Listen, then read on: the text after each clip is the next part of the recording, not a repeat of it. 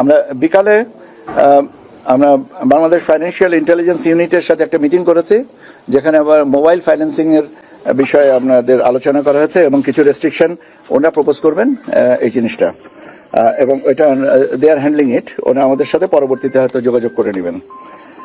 একটা বিষয় একটু প্রশ্ন করা হয় শুধু এখানে বিভিন্ন জায়গা থেকে, যে একজন প্রবাসী তিনি যদি দেশে এসে ওনার ব্যালটটা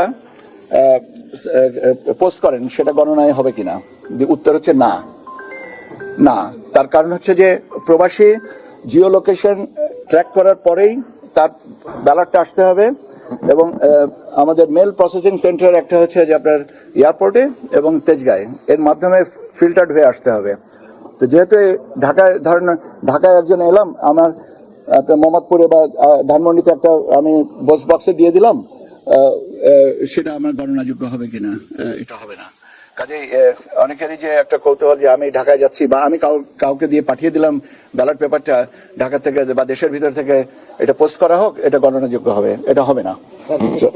প্রশ্ন করি, সেটা হলো যে বেশ কয়েকটা জায়গায় আমি ঢাকার বাইরে গিয়েছিলাম, তো সেখানে প্রশ্ন যেটা আসছে যে আমি এখন বিদেশে যেখান থেকে পোস্টাল ব্যালটটা পোস্ট করলাম, কিন্তু এটা যেটা বলা হচ্ছে যে 4:30টার পরে যদি কোনো সেন্টারে ঢোকে সেটা হবে না 4:30টার ভিতরে।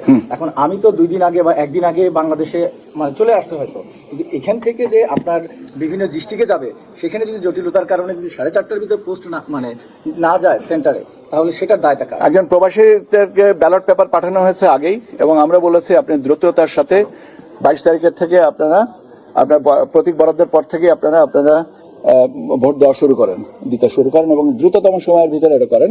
শুক্রবার শনিবার মিলে আমরা 25 থেকে 26 তারিখের ভিতরে এটা বলছি। এখন আপনি বলছেন যে আমি ঢাকায় আসবো আগামী মাসের 8 তারিখে, অথবা আমি ঢাকায় এসে ব্যালটটা পোস্ট করবো, তো আপনাকে তাহলে প্রবাসীতে দেওয়া হলো? ওইটা না স্যার, এটা হলো পোস্ট, মানে ওখান থেকে আপনি তো জানবেন যে কয় তারিখে ওখান থেকে ব্যালটটা চলে এসছে।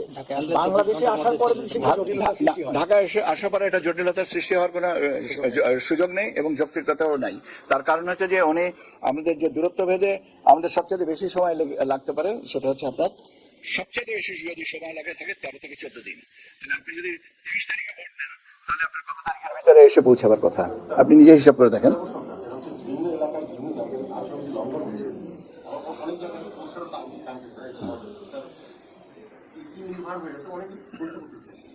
আচ্ছা, আমি আচরণবিধির